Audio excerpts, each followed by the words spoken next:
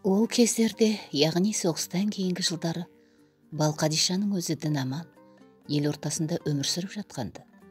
Радиодан Балқадиша әні әлгі сөзбен беріліп, не газет журналдарға, кітаптарға шындыққа үйлеспейтін дәйексіз әңгімелер жазылып жатқанын естіп көргенде, басқа емес, Балқадишаның өзі шарасыз күйге түсіп, не дерін білмей, күрсініп қана іштей тынады екен. Соғыс жылдарында Зеренді төңірегінде гастрольде жүрген әртістердің ішінде бір әншілер Балқадиша әнін әлгі сөзбен шырқайды. Сондай концерттерді өз ауылы Кеңөткелде өз көзімен көрген Балқадиша мына жазғандар не деп отыр деп мұңая бас шайқапты. Ән сөзіне жыны келген бір ақсақал, аққудың көгілдіріндей үлбіреген Балқадиша өз сүйгеніне ұзатылып еді. Міне ортамызда отыр, осы концертте. Әй ессіз неме, сен өзің не деп оттап отырсың деп, желпілдеген ұшқалақ әншіні сахнадан қуып шығыпты. Бұл қауесет емес, анық болған жай. Балқадиша әні қалайша өзгеріске түсті. Бұл сырды жұрт біле бермейді. 20-30 жылдарда қазақтың көп әні жаңа социалистік қоғамның насихат құралына айналып, өзінің о бастағы сөзінен, мәнінен ажырайды. Сол кездерде колхоздастыру, сауатсыздықты жою, әйел теңдігі науқаны басталғанда, Үкілі Ыбырайдың толқын әні, елім бар колхоз болып дірілдеген деп, Ақбоян әні, ой Ленин қараңғыда көп еліңдеп, Балқадиша әйел теңсіздігін шенеген ән боп шыға келеді. Ықылым заманнан бері бір сөзіне құлау түспеген әндеріміз осылай жаңа сипатқа ие болып, құбыла қалады. Әндердің тәлкекке түсуі осылай басталған. Солардың бірі Балқадишаның тарихы. Балқадиша әнінің шығу тарихын қаз қалпында баяндаған Көкшетау Правдасы газетінің редакторы, жазушы Жанайдар Мусиннен. Зерендінің көгілдір жоталарына жалғас Қошқарбай тау көлбейді. Іргесінде шағын ғана ауыл отыр. Қошқарбайдан әрі қарай Жыланды тауы созылады. Сол жерде Шөкейдің Ыбырайы деген аса зиялы, елге сыйлы кісі болған. Өзі орташа ғана дәулет жиыпты. Үйіне игі жақсылар, әнші күйшілер, ақын жыраулар көп үйірілген. Жаратылысынан турашыл, әділ жан жігіт ағасы боп тосқан кезінде ел ішінде билік айтқан. Сонымен ақан сері қасында ыбаны бар Жыланды тауын жағалап келіп, Тіріжан қажының ауылына тоқтайды. Осында бірнеше күн аунап-қунап, көңілін сергітіп өзін аялаған жандардың алдында жүзі нұрланып шешіле сөйлеп, булыққан әндерін шалқытады жадырап. Осы ауылмен іргелес жатқан Монтайдың мұсасының ауылды үлкен қуаныштың үстіндеді. Бір дулы шілдехана болады екен. Оған ақан серінің де барғысы келеді. Туған нәресте кімнің баласы? Ол менің әкем Баймырза, солай де. Иә, сол кезде Балқадишаның 20-дағы кез екен. Атастырылған жері бар. Болашақ күйеуі елге сыйлы Масабайдың Сүлеймені. Іргесі берік айтулы әулет.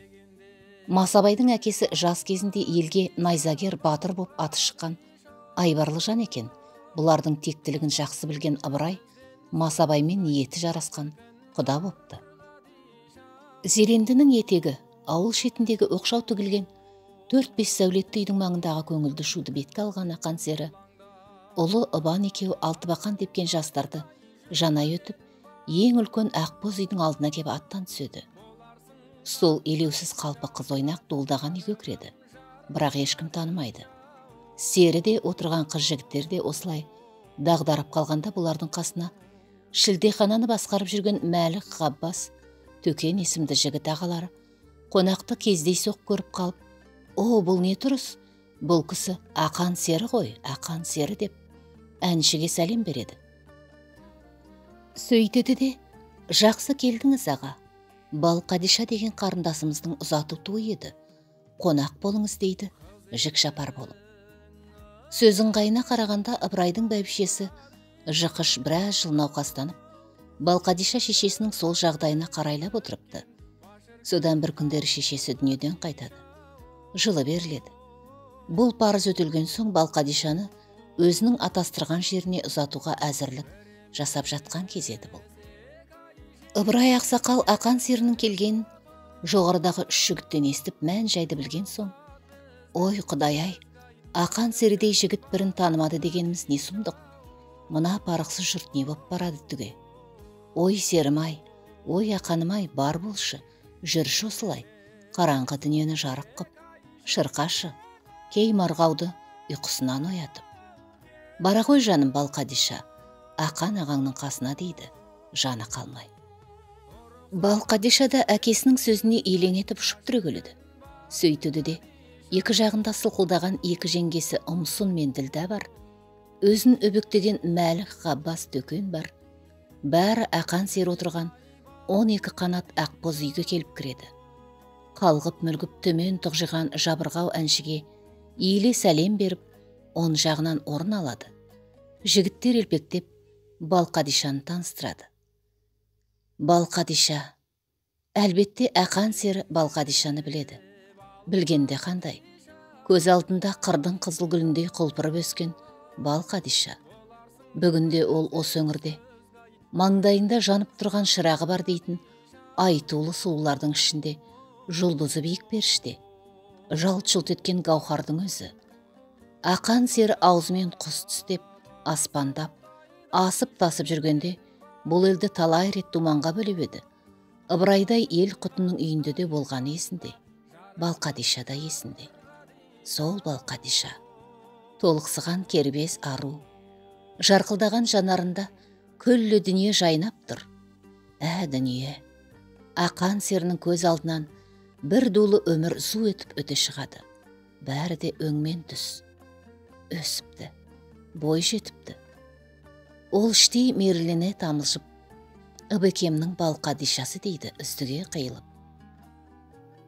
Тамыр-тамыры иіп нұр азайған тоңғиық көзі, жақұттай жарқырап, шапақ шашады.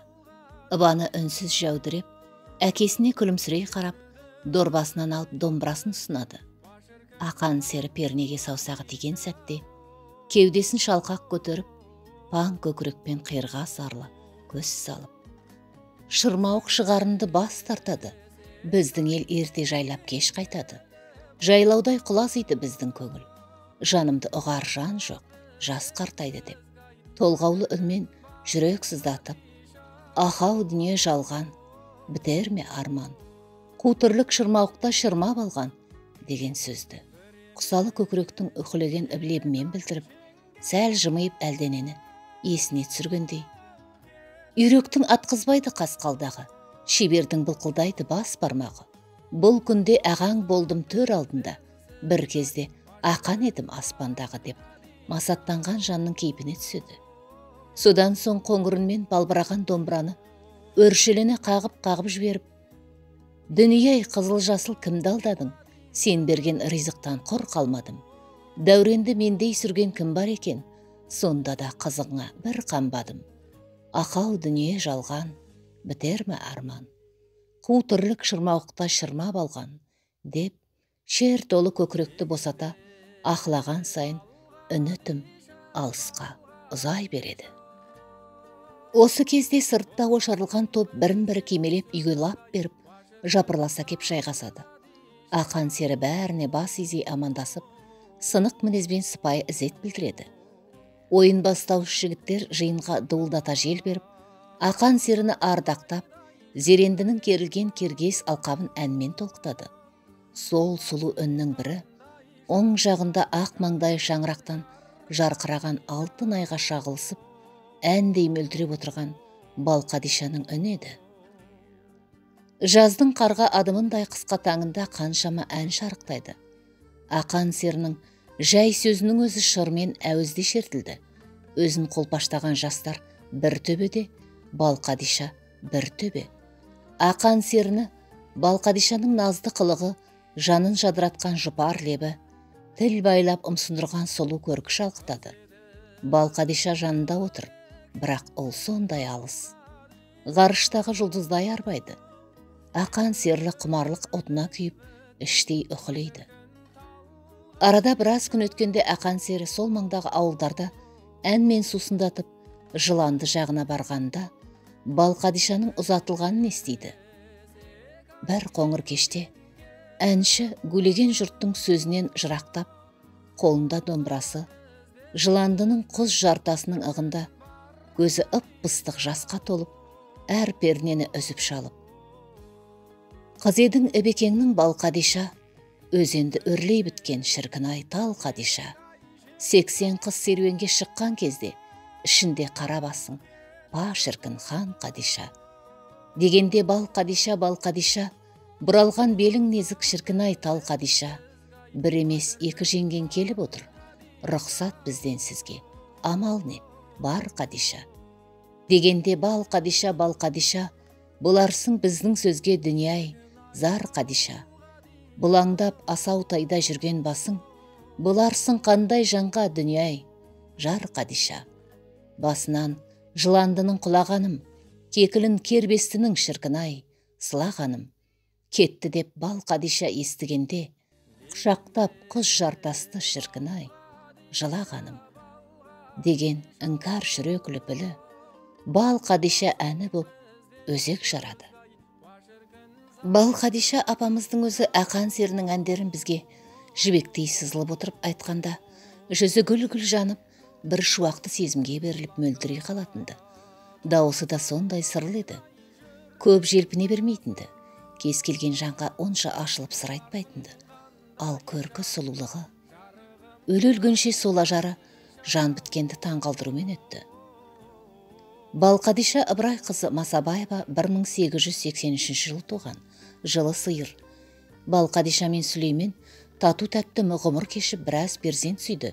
Солардың ішінде есейіп жетілгені 2 ұл 3 қыз. Балқадиша 1950 жылдың сәуір айының 17 жұлдызында дүние салады.